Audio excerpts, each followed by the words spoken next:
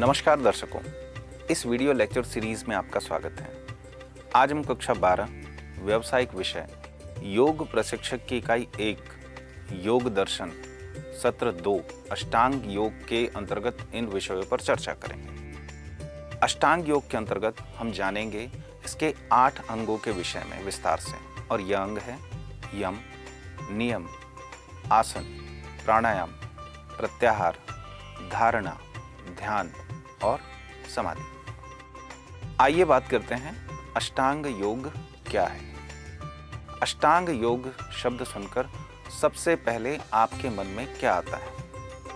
क्या आपने कभी अष्टांग योग का नाम सुना है?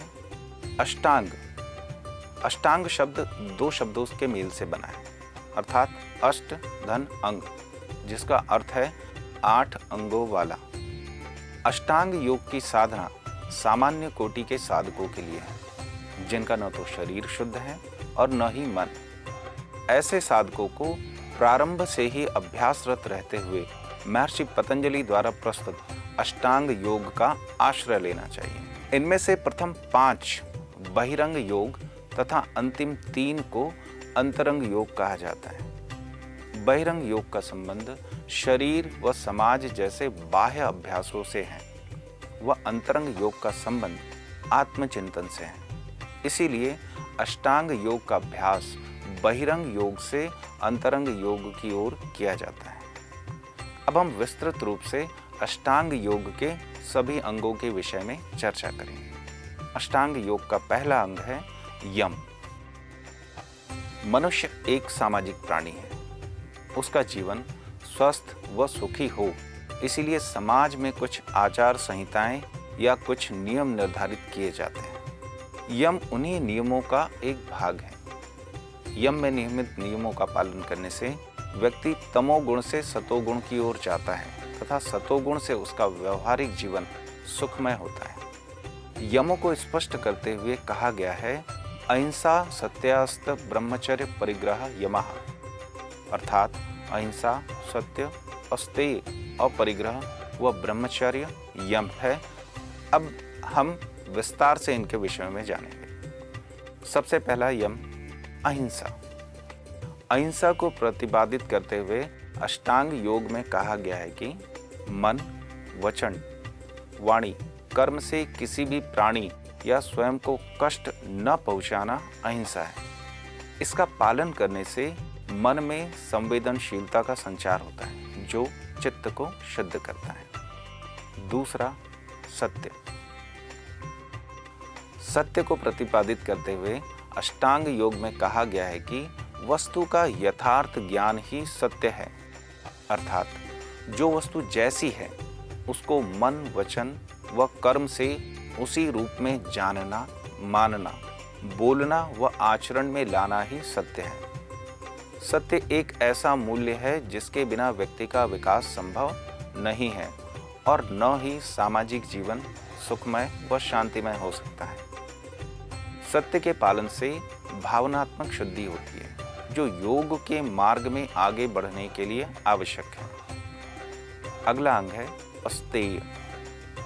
मन, वचन, कर्म के द्वारा किसी के भी अधिकार को नहीं छीनना और न ही चुराना अस्तेय है।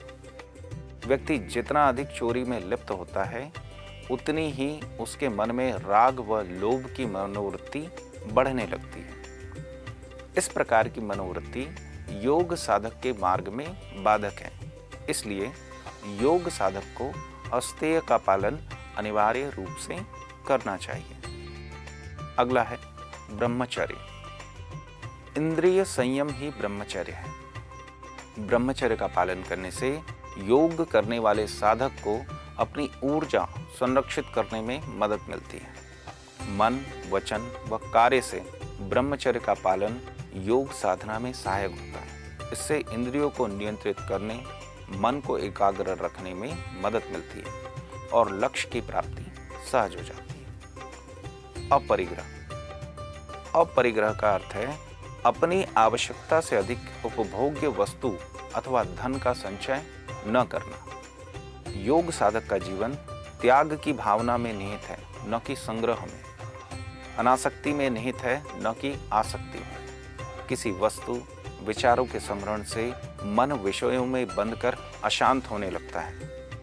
इसीलिए यह योग मार्ग में बाधक है। एक योग साधक को अपरिग्रह का पालन करते हुए योग मार्ग में आगे बढ़ना चाहिए। ये तो हो गए 5 यम। अब हम नियमों के विषय में विस्तार से जानते हैं, जो कि अष्टांग योग का दूसरा अंग है। नियमों के संबंध में योग सूत्र में कहा गया है, शौच संतोष तपः स्वाध्यायश्वर प्राणिधाना नियमः, अर्थात शौच, संतोष, तप, स्वाध्याय व ईश्वर प्राणिधान नियम है। अब हम विस्तार से इनका अध्ययन करेंगे। सबसे पहला नियम है शौच यानी शुद्धि। शौच का अर्थ है शुद्धि। शौच 2 प्रकार का होता है, बाह्य व आंतरिक। बाह्य शौच के अंतर्गत शरीर, वस्त्र, स्थान, पात्र आदि को मिट्टी अथवा जल से शुद्ध करना, और आंतरिक शौच के अंतर्गत कलुषित भाव, ईर्ष्या, घृणा, द्वेष आदि को त्यागना शामिल है।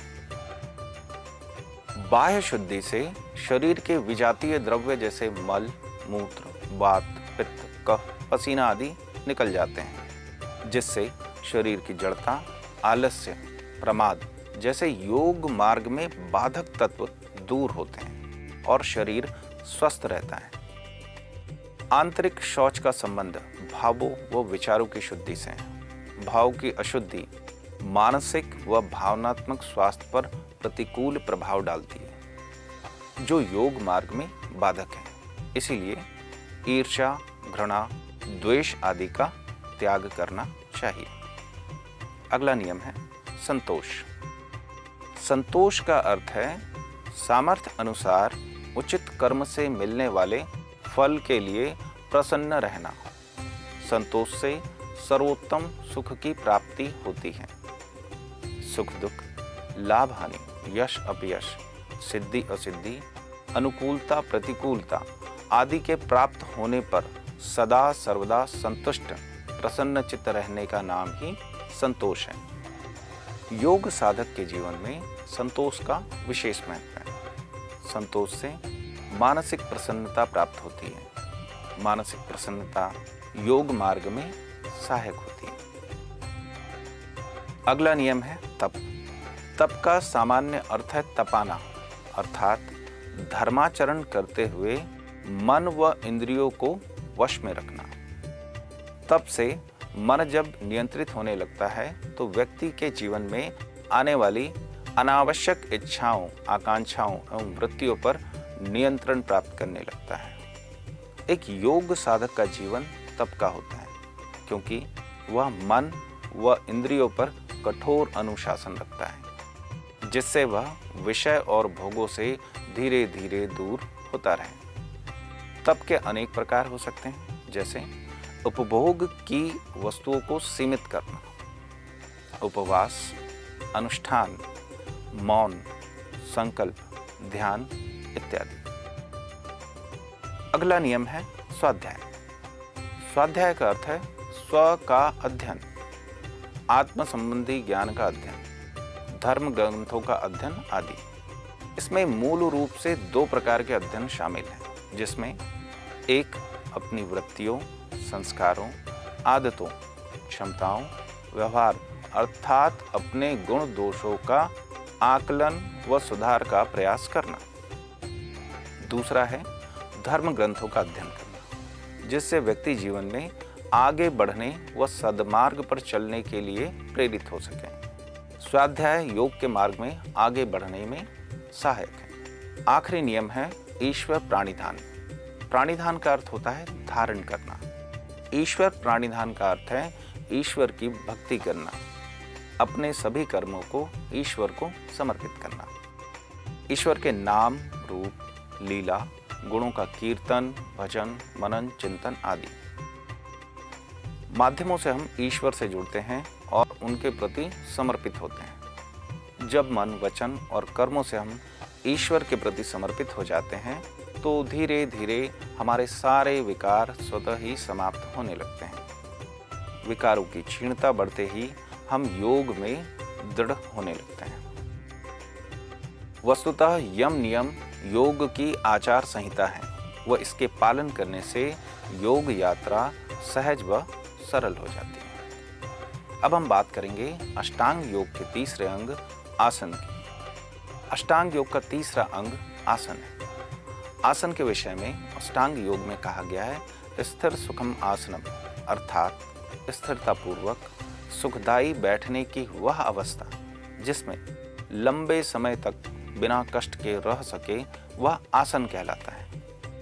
अष्टांग योग में किसी आसन विशेष का वर्णन नहीं है, केवल आसन की परिभाषा दी गई है। इस परिभाषा में दो मुख्य बातें शामिल हैं। पहले, किसी भी आसन में दक्षता का अर्थ है कि आप उस आसन में सुखपूर्वक लंबे समय तक रह सकें। व दूसरा, आसन करते समय आप शरीर व मन से स्थिर रहें, तभी आसन सिद्ध माना जाता है। और आसन सिद्ध होने पर द्वंद्वों का प्रभाव नहीं होता है, अर्थात सर्दी गर्मी, भूख प्यास, मान अपमान आदि विषम परिस्थितियों में योग साधक स्थिर बना रहता है। अब हम बात करेंगे अष्टांग योग के चौथे अंग यानी प्राणायाम की। प्राणायाम का अर्थ है प्राण धन आयाम। इसमें आयाम का अर्थ है विस्तार करना, अर्थात प्राणायाम का अर्थ है प्राणों का विस्तार करना। प्राणायाम के विषय में बताते हुए महर्षि पतंजलि कहते हैं तस्मिन् सति श्वास प्रश्वास योगर्गति विच्छेद प्राणायाम, अर्थात श्वास प्रश्वास की गति में विच्छेद लाना, अर्थात प्रयत्न और अभ्यास पूर्वक रोक लेना ही प्राणायाम है। श्वास को अंदर रोकना अंतः कुंभक है और बाहर रोकना बाह्य कुंभक। अंतः श्वास प्रश्वास की गतियों के प्रवाह को रेचक, पूरक और कुंभक के द्वारा भीतर व बाहर रोकना ही प्राणायाम है। प्राणायाम के अभ्यास से मानसिक चंचलता और आलस्य जैसे विकार नष्ट हो जाते हैं। प्राणायाम श्वास के माध्यम से प्राण पर नियंत्रित करने का अभ्यास है। जब प्राण वश में होता है तो मानसिक चंचलता पर अंकुश लग जाता है। अब हम बात करेंगे अष्टांग योग के अगले अंग जो कि बहिरंग का हिस्सा है प्रत्याहार की। प्रत्याहार का अर्थ है प्रति आहार, अर्थात विपरीत आहार, इंद्रियों को विषयों के विपरीत मोड़ना, विमुख करना आदि। प्रत्याहार के विषय में योग सूत्र में कहा गया है स्विषया संप्रयोगे चित्तस्य स्वरूपाकार इंद्रियाणाम प्रत्याहार, अर्थात जिस स्थिति में इंद्रियां अपने बहिर्मुख विषयों से अलग होकर अंतर्मुख हो जाती है उसे प्रत्याहार कहते हैं। सामान्यतः इंद्रियों का स्वभाव है बहिर्मुखी होना और अपने विषय में लीन रहना, किंतु यह स्थिति साधक के लिए उचित नहीं होती है। योग साधना में इंद्रियों को बहिर्मुख नहीं अंतर्मुख करने की आवश्यकता होती है, इसीलिए प्रत्याहार साधना आवश्यक है। प्रत्याहार के अभ्यास से इंद्रियां विषय भोगों से विमुख होने लगती है और इंद्रियों पर नियंत्रण प्राप्त होने लगता है। अब हम अष्टांग योग के अगले अंग धारणा की बात करेंगे जो कि अंतरंग योग का पहला साधन है। चित्त का किसी एक स्थान या देश पर टिकना ही धारणा है। धारणा के विषय में योग सूत्र में कहा गया है देशबंध चित्तस्य धारणा, अर्थात चित्त को किसी देश विशेष में बांधना ही धारणा है। यहाँ देश का तात्पर्य जिस स्थान पर अथवा जिस विषय पर चित्त को स्थिर किया जाए वह देश है। धारणा के लिए दो स्थान निश्चित किए गए, अभ्यंतर व बाह्य। ध्येय विषय कोई भी हो सकता है, जैसे नाभि, हृदय कमल, नासिका का अग्रभाग, चक्र आदि। चंद्रमा, सूर्य, किसी प्रतिमा आदि यह बाह्य देश है। धारणा के अभ्यास को बढ़ाने से मन पर नियंत्रण भी बढ़ जाता है। अष्टांग योग का सातवां अंग है ध्यान। जब धारणा का अभ्यास प्रबल होने लगता है तब चित्त ध्यान की ओर अग्रसर होने लगता है। ध्यान के विषय में कहा गया है तत्र प्रत्येकतानता ध्यानम, अर्थात चित्त का किसी देश या स्थान पर स्थिर होना व लंबे समय तक उसी में बने रहना ही ध्यान की अवस्था है। ध्यान में चित्त सारे विषयों से हटकर एक ही आलंब पर केंद्रित रहता है। ध्यान एक ऐसी अवस्था है जिसमें दृष्टा, दर्शन व दृश्य इन तीनों का भाव साधक को बना रहता है।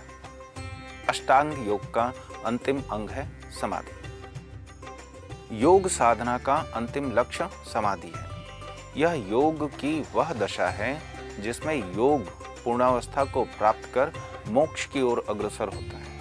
इस चरमावस्था में उसका बाह्य जगत से संबंध टूट जाता है।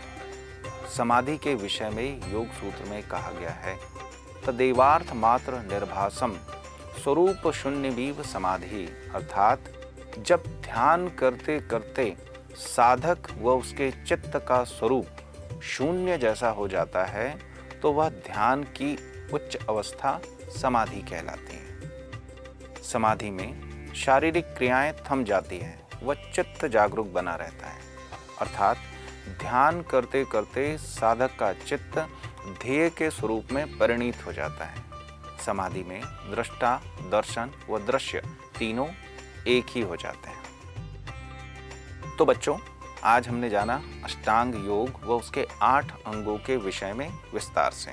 और ये अंग कौन कौन से हैं? यम, नियम, आसन, प्राणायाम, प्रत्याहार, धारणा, ध्यान व समाधि। तो बने रहिए हमारे साथ। आपसे पुनः मुलाकात होगी योग से संबंधित एक नए वीडियो के साथ। धन्यवाद।